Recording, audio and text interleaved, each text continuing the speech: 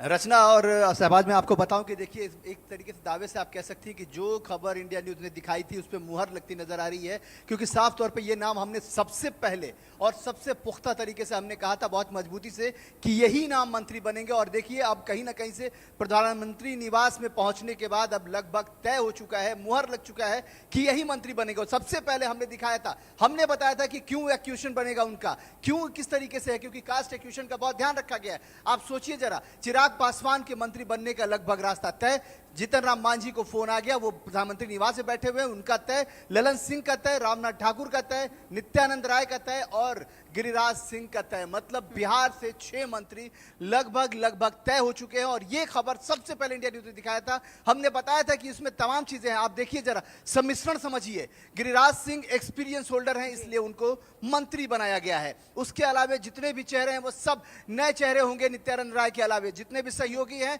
वो सारे चेहरे नए होंगे, चाहे वो चिराग पासवान हो, जीतन राम मांझी हो, ललन सिंह हो या फिर रामनाथ ठाकुर। ज्यादा मंत्री और आशिफ एक एक जानकारी सुबह से लेकर अब तक अपडेट के साथ हमारे दर्शकों तक सबसे पहले पहुंचा रहे हैं। आशिफ आप रहिएगा साथ में, क्योंकि लगातार जो तस्वीरें सामने आ रही हैं वो नेताओं की जो अपने आवास से निकल चुके हैं और पीएम आवास के लिए आगे बढ़ रहे हैं। वहीं पर टी पार्टी को लेकर बहुत सी जानकारियां मेरी सहयोगी महिमा कटारिया के पास है। महिमा, चुनावी यात्रा के दौरान भी हमने देखा लगातार नेताओं के साथ आप लगातार चुनाव प्रचार कवर करती रही, फिर काउंटिंग के दिन हमने देखा आप सुबह से लेकर रात तक मेहनत करती रही। आज जो हलचल है सबसे ज्यादा वो पीएम आवास पर और शाम में होगी राष्ट्रपति भवन पर। क्या तस्वीरें हैं, कौन कौन से नेता पहुंचे हैं, क्या है अपडेट?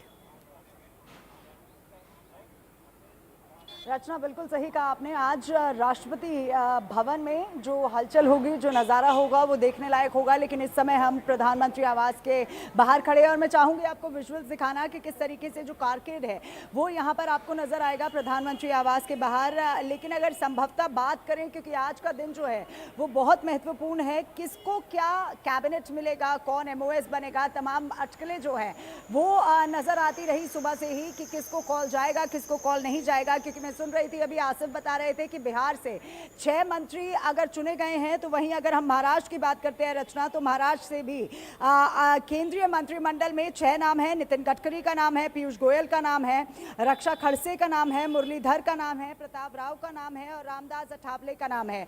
तो महाराष्ट्र की हम बात करते हैं तो यहाँ पर ये सारे नाम निकल के सामने आते हैं। यूपी की अगर हम बात करते हैं तो सर्बानंद सोनोवाल यहाँ पर हैं, BL वर्मा यहाँ पर हैं, पंकज चौधरी हैं, जितिन प्रसाद पहुंचे हुए हैं, अनुप्रिया पटेल पहुंची है। लेकिन अनुप्रिया के नाम पर कई अटकलें भी लग रही थी कि वो सुबह सुबह रक्षा मंत्री के घर पहुंची थी क्योंकि उनको कॉल नहीं आया था पीएम आवास से। लेकिन अभी कुछ ही देर पहले अनुप्रिया पटेल जो हैं वो पीएम आवास पहुंची हैं। तो तमाम अटकलें जो लगाई गई, जिस तरीके से बिहार का आसिफ ने बताया, महाराष्ट्र का बताया हमने अपने दर्शकों को। वहीं अगर हम बड़े नामों की चर्चा करते हैं तो गृह मंत्री अमित शाह को कॉल आया, नितिन गडकरी को कॉल आया है, राजनाथ सिंह को कॉल आया है।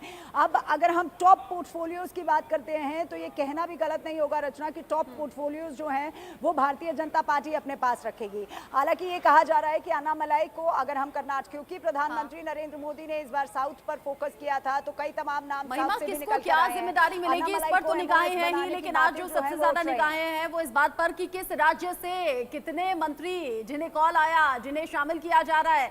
जो इनिशियल स्टेज में शामिल होंगे वो चेहरे सबसे ज्यादा लाइमलाइट बटोरते हैं। हाँ, बाद में रीशफलिंग जरूर होती है, बाद में कुछ और एड ऑन हो जाता है। मुझे ये जरूर बताइए, चूंकि टी पार्टी अभी उसको लेकर बहुत से कयास हैं, बात ये भी हो रही है कि सिर्फ चाय पी जा रही है, सिर्फ बधाइयां चल रही हैं या फिर कुछ और भी स्ट्रैटेजी चल रही है। टी पार्टी अभी जारी है क्या?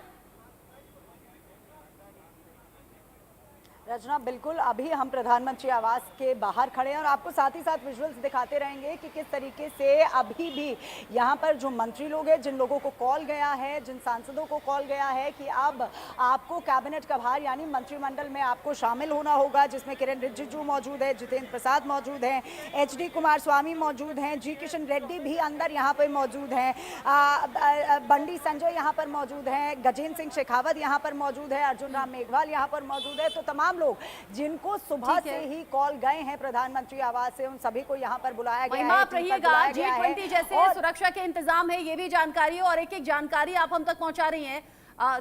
हमारे साथ कुछ और खास मेहमान भी जुड़ेंगे, कुछ नव निर्वाचित सांसद भी हैं जो हमारे साथ आगे जुड़ने वाले हैं। काली चरण जी को लेकर जानकारी मिल रही थी, थोड़ी देर बाद हमारे साथ कनेक्ट होंगे। लेकिन महिमा, G20 भी चूंकि आपने अच्छे से कवर किया था, कुछ ऐसी ही आज सड़कें दिख रही हैं सेफ्टी सिक्योरिटी के लिहाज से? बिल्कुल आपने सही कहा रचना, जिस लिहाज से G20, क्योंकि G20 अंतर्राष्ट्रीय था, लेकिन वहीं आज राष्ट्रपति भवन में प्रधानमंत्री नरेंद्र मोदी अपने थर्ड टर्म यानी तीसरी बार प्रधानमंत्री बनने की शपथ लेंगे, तो उसके चलते नो फ्लाइंग जोन जो है राजधानी दिल्ली को बना दिया गया है। तमाम यूनिट्स जो है पैरामिलिट्री फोर्सेस की वो यहाँ पर तैनात की गई हैं, क्योंकि यहाँ पर विदेशी मेहमान भी लाजमी सी बात है प्रधानमंत्री की ओथ सेरेमनी को अटेंड करने के लिए आए हैं, चाहे वो श्रीलंका के राष्ट्रपति हों या नेपाल